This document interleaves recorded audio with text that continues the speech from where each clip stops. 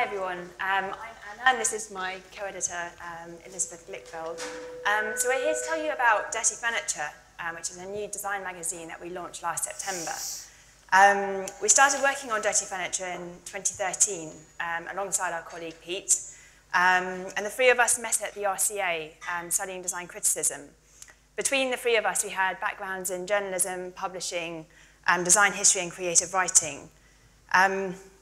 So the question really was, why make another design magazine? It's not like we're short of them. Dirty Furniture came from a sense that design, especially furniture design, is only ever covered in the design press from one angle. To give you an idea of what we mean by this, these images were taken at Milan Furniture Fair. Have any of you been? Just a show of hands, yeah. It's one of the biggest design events of the year, and every year attracts hundreds of thousands of people, all to sort of travel to Milan and see the latest products being launched in around 20 huge sort of halls that individually take you a day to walk through. Events like this generate huge amounts of writing in design magazines, but it all tends to focus on the same sort of thing. You know, you've got the interview with the designer and the brand, you've got maybe a report of a product, or you've got a feature exploring a specific theme. There's an interest for this, but we think it's just one way of writing about design, and we wanted to create a platform that created space for many others. Crucially, the thing that gets left out is what happens when design leaves a showroom and enters the realm of people and our mess. So we called the magazine Dirty Furniture for that reason, because it's the human traces and the dirt, really, that we like. The magazine itself is conceived as a finite series of 6. Each issue takes a theme of a piece of furniture and then uses it as a springboard to talk about issues ranging from politics to psychology, history, technology, science, manufacturing and design.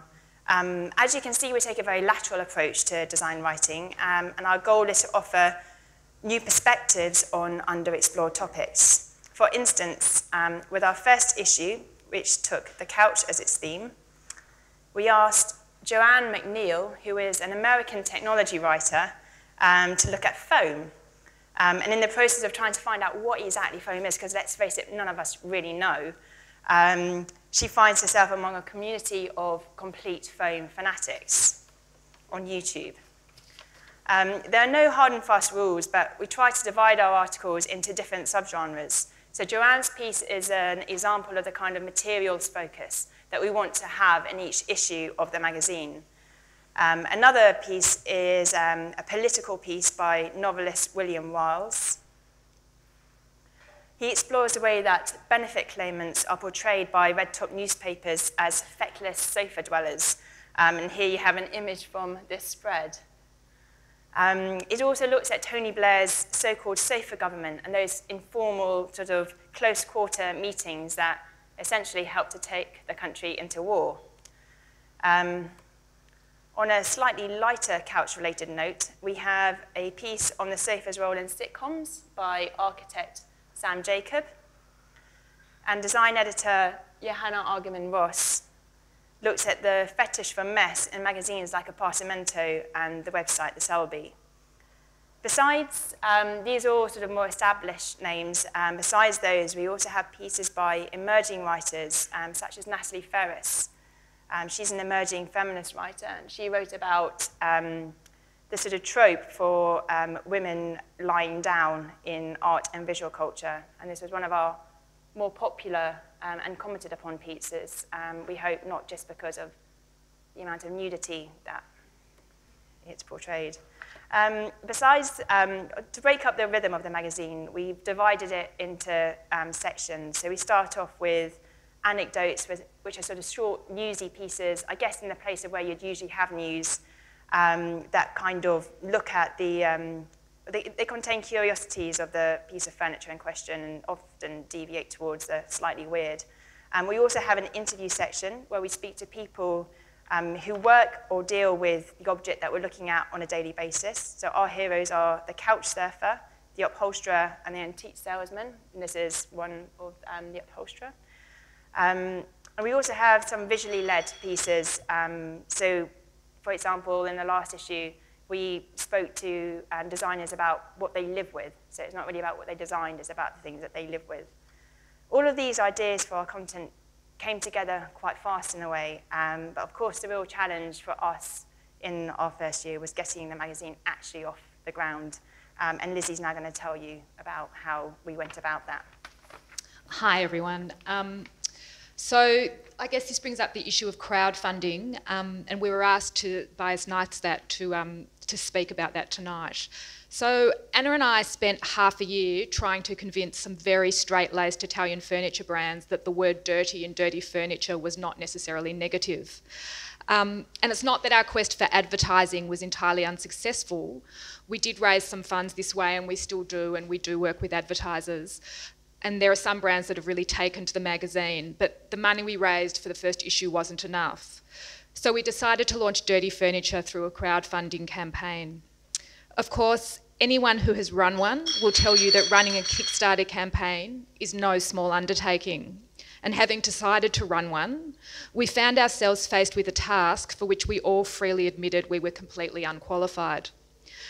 After endearing ourselves to some of our friends who owned and actually knew how to operate a camera and also Final Cut Pro, we spent a lot of time getting bag and mug samples and dribbling paint over them under the strict supervision of our graphic designer, who knew better than to trust us to do it on our own. Prizes and perks now seem to be an essential part of sort of the Kickstarter crowdfunding campaign, and this became a whole process that we had to produce them.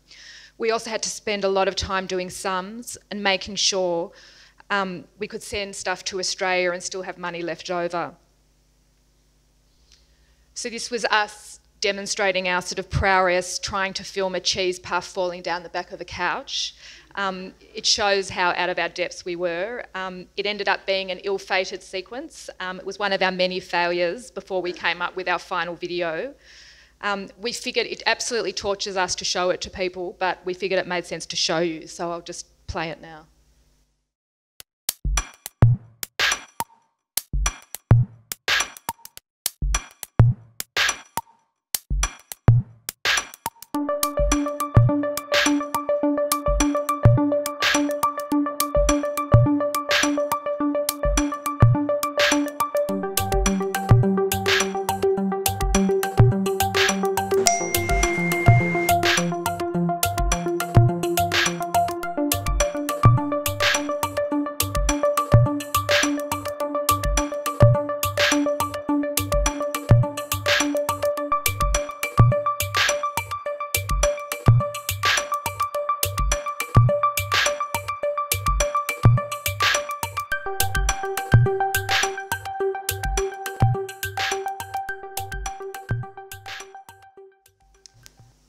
So that was the video that, I guess that's what happens when 3 journalists and writers try and make a video.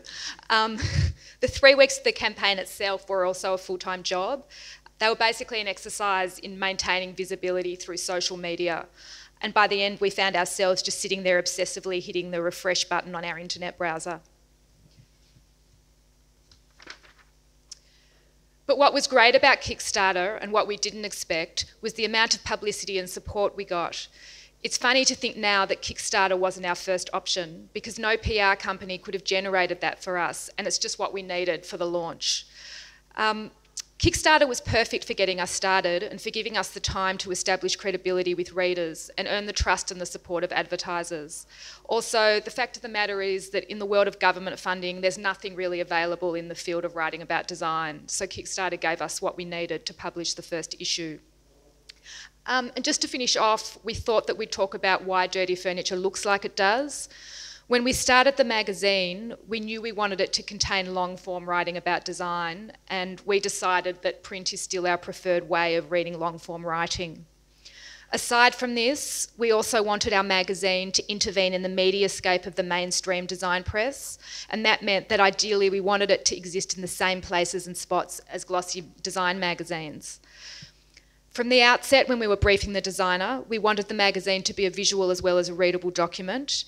I guess we wanted it to be seductive and collectible, but in a different way from more heavily art-directed magazines, which impart the same vision across every image.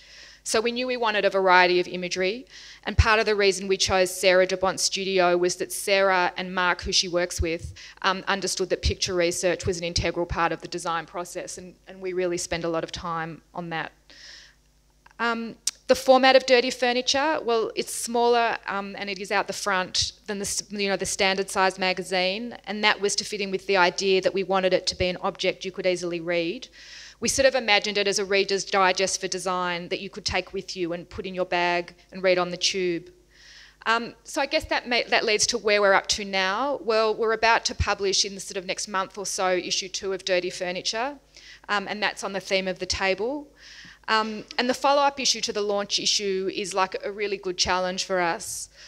While the concept and structure of the magazine, which Anna's told you about, are fairly set, it's sort of fun helping it evolve and to really begin to consider and refine the editorial identity of the magazine. And we have a lot of discussions about what is and what isn't a Dirty Furniture piece. After table, we've planned issues for toilet, closet, telephone, and then finally to bed. Our goal with these 6 pieces of furniture is to map the domestic landscape. Each object will take us into a different room of the house, and when we've done that, hopefully we'll have achieved what we set out to do. And that's it. Thank you.